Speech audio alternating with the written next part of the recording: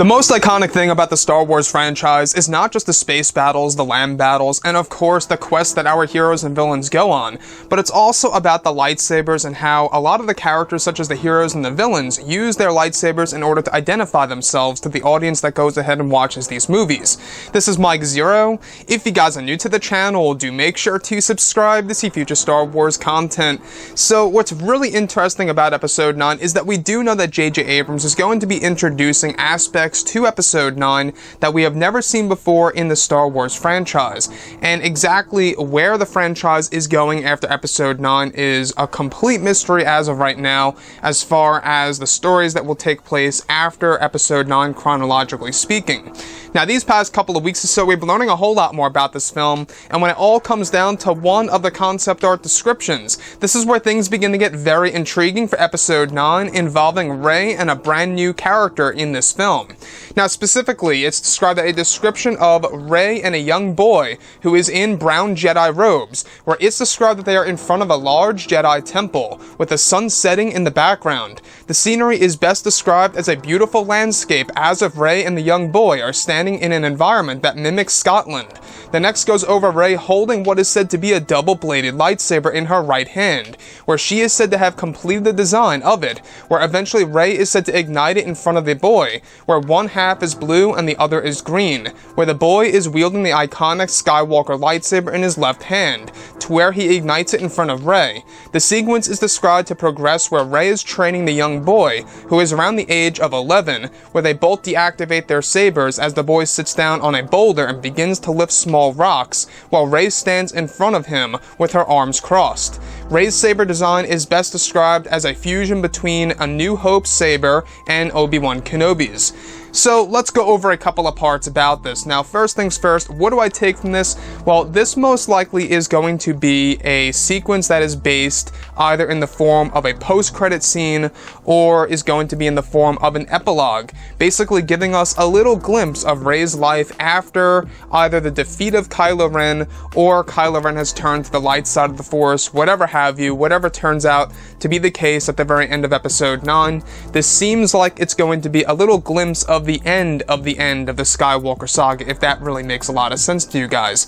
So what's really intriguing is that this would not only be poetic by, of course, director J.J. Abrams and creator George Lucas, having a double-bladed lightsaber appearing in Episode 1, the first film, of course, chronologically speaking, in the Skywalker saga, and then bringing an epic return of the double-bladed lightsaber in the final film of the Skywalker saga, with the hero this time, is actually rather poetic, and it really is the whole entire setup by George Lucas. It's like poetry, it rhymes.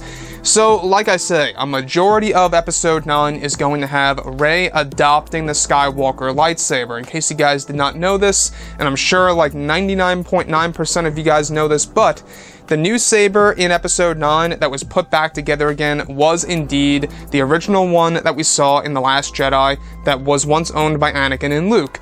So this particular sequence, like I say, it seems to be a little tease, if you will, into Rey's life years after the events of the very end of Episode 9. A little glimpse into the future, if you will, of the new Jedi Order and what Rey has been up to sometime after, everything has happened at the very end of The Rise of Skywalker. So that's the only thing that I will say about Episode 9 is that we do know that they are doing a lot of things for the character of Rey that's really going to be used in a way by J.J. Abrams where it's going to set the character apart from both The Last Jedi and The Force Awakens, where when we see Rey in The Rise of Skywalker, we're going to look back at her in The Last Jedi and The Force Awakens and view her as a different character entirely.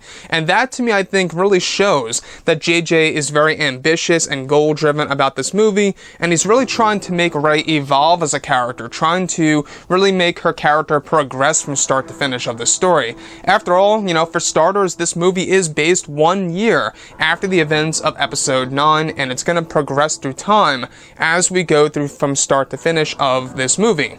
So with that being said, using the double-bladed lightsaber only as a tease tease, I'm not quite sure how fans would really react to that. I feel like that if you're gonna throw in an amazing lightsaber just like that, and just giving it as a tease, I'm not quite sure how the fans would really react. A lot of fans may want to see more of it in actual action against, let's say, for example, the Dark Acolyte, which isn't going to be the case, sadly. This seems like it really is going to be in the form of an epilogue, where it's going to be around a minute, maybe a minute and a half, 2 minutes tops, just giving us a little look into Rey's life, years, maybe even months after the events of the ending of Episode 9.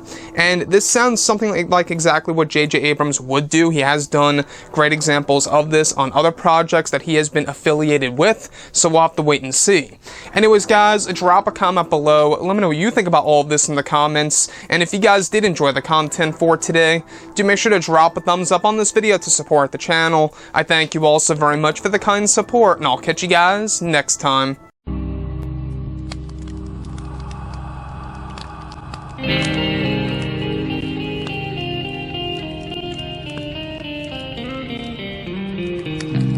Gun in hand, we are alone again. No hiding.